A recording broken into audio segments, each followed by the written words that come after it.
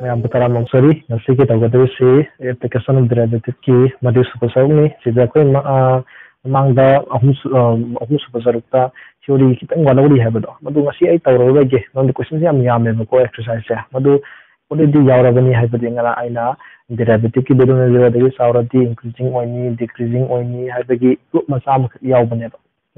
Madu hyper, Nakonomium, the Gantan and the Kalyanum Mexico. See the question number 5 point over Matunda, Haki Makata, the Kari have the Queen Sheboko. Around question number 5 interval to talk Patore. Question number 6 interval to Topani. I told away, Narangin as a Kanadamiara and Laura. Question number 7 say, have a man has it. See the domain, see the function say. Increasing or losing. The question 7 that Yansico. 7 the man appeal the question C y equal to log of 1 plus x minus x by 3 plus x. So there is dy by kana dx. Now see the x derivative 1 by x. Magia mono derivative di kata rasa 1 times hamzah siane minus sina divided by denominator square denominator hamzah मतलब किसी की derivative twice x की derivative क्या था 2 यदि x की 1 है minus twice x में hamzah अदुगा c की derivative क्या था x plus CD 2 के 0 सक्रानी x की 1 ये 1 ता होने को हम just याद है तो अदु देखिए लाते से 1 by 1 plus x है बाबा minus ये क्या था 4 plus twice x minus twice x divided by 2 plus x whole square देखिए मुका क्रम वाले यानी को से अदु दी जिससे solution दूँगी माइन तो से LCM of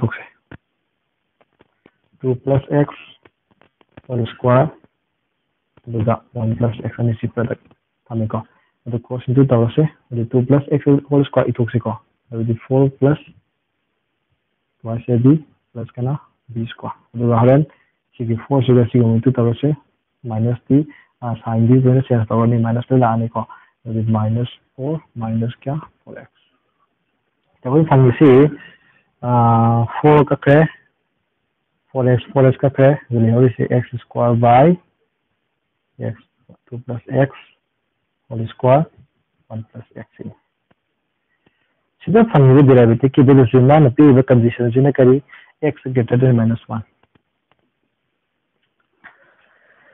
सीधे x square से सीधे मतलब positive 2 plus x whole square में भी कार्य कर दी any problem to make it any the dom to positive never 1 plus x in the positive is having another the whole plus positive to be only one how you say minus 1 so how you say minus 1 plus x greater than 0 sometimes the word C positive means C positive lower positive or abnena I was a psychological positive or makan nama CPM masih ya gitu mau dipilih sih Eko kalau cara di si derivative kita bisa positive tarafnya kayak ada apa sih increasing function warna si Eko next question number ya sisi increasing check तो हाथ में अपन derivative लेकर check कर बिना ऐसे देखिए question number 9 से तुम तो ऐसे अब दस माइन तो से question number 9 9 जो तो ओके 10 the line này लोग आए थमने ना को 9 वाले तो से 7 नंबर तो ओके 9 नंबर तो ओके तो का 12 समुक्त तो ये से को मतंग ये question number 9 दाई से सीपी है अंदर से की इंटरवल से जाते था नेक्स्ट ले दुकान जिता सीसी को ना increasing है बा increasing उलो है बने से ready dy by d theta पुथोक से को रेडी c की कितना पुथोक से cd ये कि लो पान से को denominator square 2 plus cos theta 1 square next हम डिनोमिनेटर थमसे 2 प्लस क्या cos theta अमु थमसे अदुगा मथक के सिगी डेरिवेटिव कई तारे cos 4 आएगा sin की कई तारे cos theta माइनस मथक से मु थमसे 4 sin theta मखागी डेरिवेटिव आमु सिको सिगी 2 डेरिवेटिव जो चखरनी cos की डेरिवेटिव माइनस sin ये के हम जगा माइनस sin theta अदुगा theta गिदी 1 तारे माइनस 1 थमसे को तो अदु ये से मथंग दे तौसी क्या तारे से 8 cos theta plus 4 cos square theta then minus 4 minus plus 4 sin square theta अदुगा LCM माइनस लवसे 2 plus cos theta whole square आएगा सीधे सीधा minus 2 plus cos theta whole square smile ताए अजू से मखा वर्से दिन f cos theta ले सीधा 4 अमु कम लवले cos square theta plus का लाए से sin square theta लाए minus हादो से a square minus 2ab है निको से plus का ना b square सिबु यारे को divided by 2 plus cos theta whole square sorry C minus हो गया ये ब्रैकेट ओपन तब देने को अदो हजुक से क्या तारे है बता 8 cos theta वाले रे 1 से थे को सिमेट्रिक से यदि C4 से कैंसिल करने को ले हो से सॉरी ये नते सिगा minus तवदी 4 cos theta 4 cos theta देखिए सिगी 4 सिगा सिगी 1 तक हमने 4 कैंसिल करके सुने क्या minus cos square theta divided by 2 plus cos theta whole square अब जिससे से cos theta हमें कम लग से 4 minus cos theta लाए divided by 2 plus cos theta whole square लाए यार को से अदो जिससे कोई सिगी तारे बदल से जगह दी चावे सी हाइडनी अदम चावरबनी मरम ने कोई बी दिसी यो सिगी cos theta हाइरे कोई ने सी एंगल सिना फर्स्ट क्वाड्रेंट दा cos theta हाइरे से जगह दी चावे देखिए 4 minus cos हाइरे cos पीले दी पी के दी अब minus 1 is आउगे चाव दो 1 is अजी मतलब ने होते के दोबा सी ने जगह दी चावने ये खादो को ऊपर से 4 डिग्री पीछे बहुत नहीं है मखा है और भी स्क्वायर का रहेगा अपने तो जैसे कि नॉन है ना कंधे पी लगा जैसे कि दोबा जो डिग्री चावल से ताप ला रहे थे ना दो जैसे तेरा में जो डिग्री चावल अपने ना कई तारे के फंक्शन से इंक्रीजिंग तारे अब माने पी का इंटरफेस था यार ने कुछ क्वेश्चन नंबर 9 से अपन क्वेश्चन नंबर 12 क्वेश्चन नंबर 12 लाख क्वेश्चन नंबर 12 है जिमाना सिदा को लेजिबा सी मरी सी के मनोंदा सी के फर्स्ट रो दगिना पाई बाय 2 से सिदा तरी पुदुवा डिक्रीजिंग और सिकरम बनो हाइबा अदुदी कोइना पीरीसी हानंदा को पीरीसी कराने बा कोस अदु सिदा ने से को fx equals x लवो अदु तागा दी f dash x डेरिवेटिव से माइनस sin x तागा अदु the first quadrant the sin 0 degree चावे तो देखो अदु माइनस sin में को दोबा 0 डिग्री पी है अदु दी डेरिवेटिव 0 डिग्री पी अदु ना कई तारे से सिमा डिक्रीजिंग मा मखन दो यारे नेक्स्ट मथन दा cos 2x fx equal to cos 2x मतलब सीधा f dash x है तो माइनस 2 sin 2x ये कमाल लोग बोले हाई है को ने दो रखो हजी लाती है 2x है बोले तो इसमें f equal to है नहीं वैसे ये जो कोई लाती है 0 डिग्री x माइनस 2x पंगे का भी पूरा तो नहीं तो वैसे को अभी क्या नाम है 0 2x पाई अब भी 0 डिग्री का नाम है बा पाई तो मेरे को कैसे 0 डिग्री पाई बाई तो जा Ini target some first quadrant, second quadrant whatever. See, you the pi by 2 at CBC and whatever. And it's the we find the positive whatever. Find the inertia, sign twice x over positive way. The interval sida, the C sign twice x 0 degree sound. See, I didn't go. Sign twice x 0 degree sound. See, interval and the quadrant sida. Minus 2 hatching guitar the Gedova, 0 the Gedova, the Kani, the particular 0 the pick in a Gedova, seems whatever. Like I said, I did that 3 Hamilton movie, see, I was not always like 3 Hamilton. Those they get them again, 3 come again, Suzuka, 3. So I'm sure home to begin because in the Golan. She's the number, CG 3 time over the end. Look at 3 record. 3 and now, I will 3 pi by 2. 3 pi by 2, I will senior. I will be simple of senior. I will first year, second year, third year. First, second, third, plus pencil are these. Yari, so now, sign the positive, negative, positive, negative. So there is a mixed up, increasing Sutaro, Kayutaro, decreasing Sutaro. Now the cake whatever, tendency. The 100 again, decreasing target, home super C. Negative side, positive side, have the number. And I'm neither increasing or decreasing tarista. The got the next so 10 the derivative I never say square x 10 x dy dx. With the say square now. I'm in the positive target madi decreasing one number. That I go say. Smile question number 12 number second in the zero. Next number question.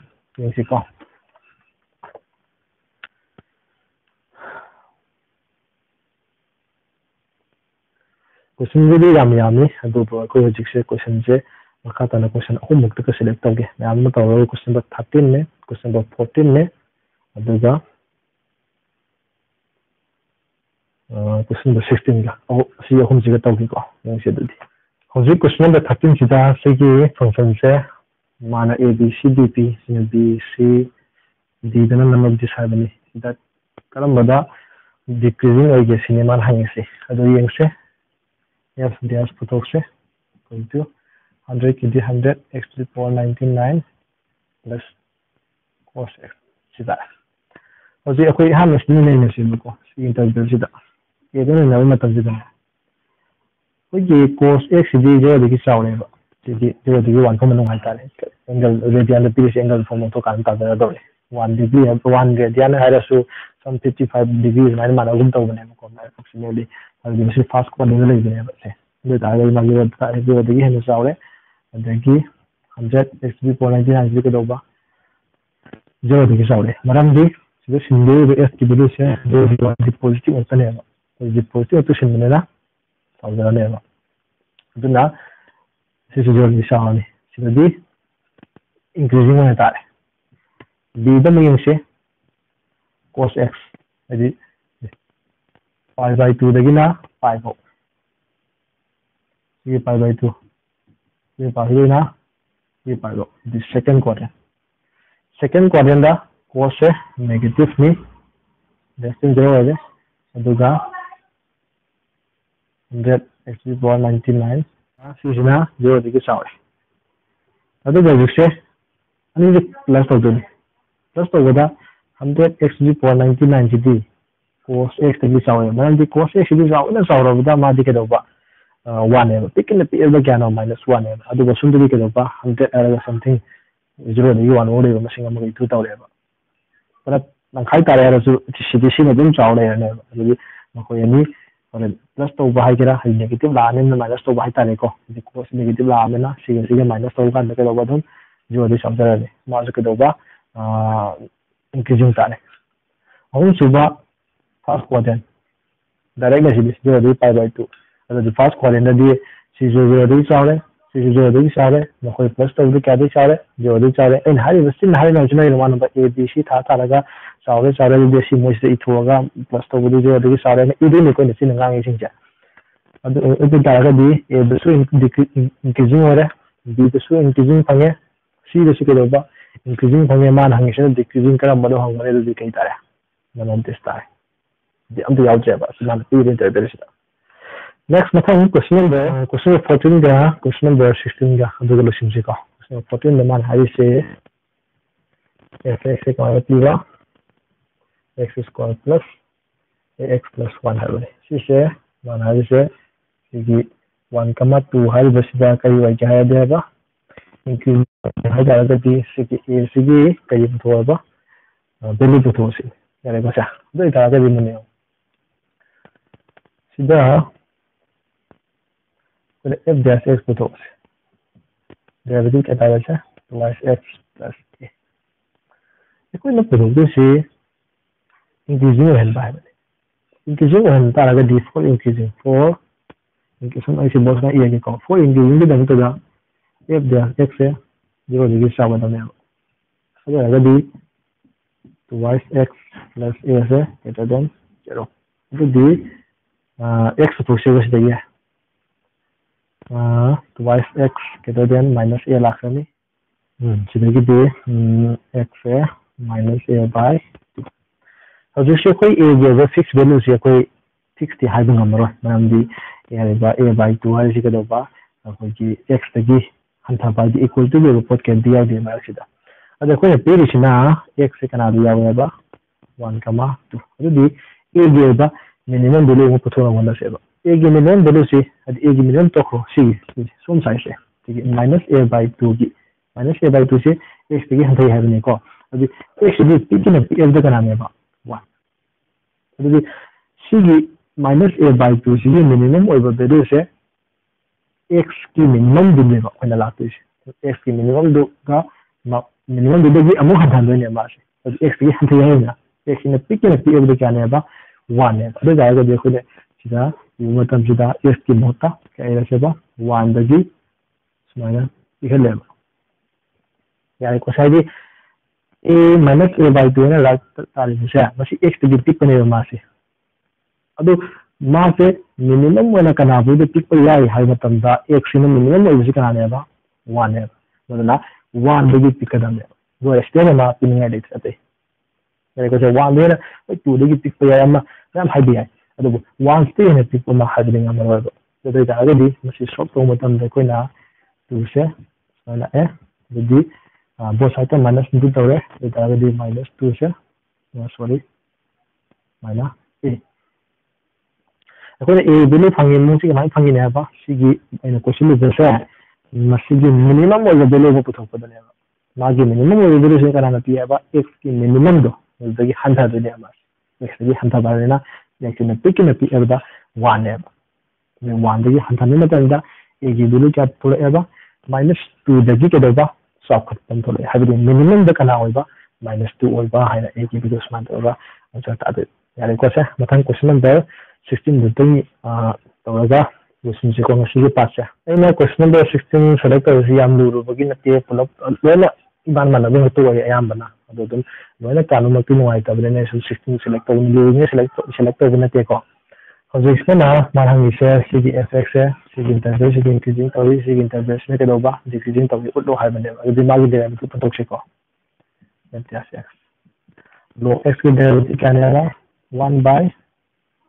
x ने खाली देखो खाली जमा के अमोह ने derivative तो क्या तारे sin x की डेरिवेटिव कई तारे cos x अब दी cos by sin अब दी कई तारे से cos x अब दी तुम फोन ले जाए क्या ना सिगी इधर देखी pi by 2 है तो सिगी first quadrant है बा दूसरा pi by 2 देखी pi है तो second quadrant है बा तारे तो डेरिवेटिव के बिलो से ना cos x ने बा अब जाएगा दी cos x है से first quadrant the positive level mass अरे दिखे दोबा increasing तारे बा cos x से second quadrant the mass कहीं ना बा negative ने बा अगर mass second quadrant में कहीं तारे बा decreasing तारे negative तारे लेना स्माइल तरोगा कोई की लेवल में क्वेश्चन करे शिशु का दोबा तुम कितना बनते अमगा तुम ईमान बना तो ओई डेरिवेटिव दोबो गुम खरा हाई लेकर लोरे स्माइल तरोगा उसी question number 16 जे तौर मतंग सिदा उसी मरी सुब पास लोसिन लगे मंगा सुब पासिना 6.3 नतबा 6.4 6.3 कांथोगा 6.5 त लाकेबा 6.5 लोरे हाले कांद अमु हलकेबा मरम दी कंटीन्यूअस ओइबा ꯑꯣꯏꯅ ꯇꯥꯛꯈꯤꯕꯁꯤꯅ ꯍꯥꯏꯗꯤ 6.2ꯗꯒꯤ 6.5 ꯑꯣꯏꯅ ꯀꯥꯟꯈꯤꯕꯁꯦ ꯃꯁꯤꯅ ꯈꯔ ꯐ꯭ꯂꯣ ꯅꯥꯏꯕ ꯍꯥꯏꯕꯗꯨ ꯑꯣꯏꯌꯦꯕꯀꯣ ꯑꯗꯨꯅ ꯃꯊꯪꯒꯤ ꯅꯦꯛꯁ ꯃꯉꯥꯁꯨꯕ ꯄꯥꯔꯠꯁꯤꯅ ꯑꯩꯈꯣꯏꯒꯤ 6.5ꯁꯦ ꯃꯁꯤ ꯑꯣꯏꯅ ꯇꯥꯛꯁꯦꯕ ꯌꯥꯔꯦꯀꯣ ꯁꯦ ꯑꯗꯨꯗꯤ ꯉꯁꯤꯒꯤꯗꯤ ꯂꯣꯏꯁꯤꯟꯖꯔꯒꯦ ꯊꯦꯡꯛ ꯌꯨ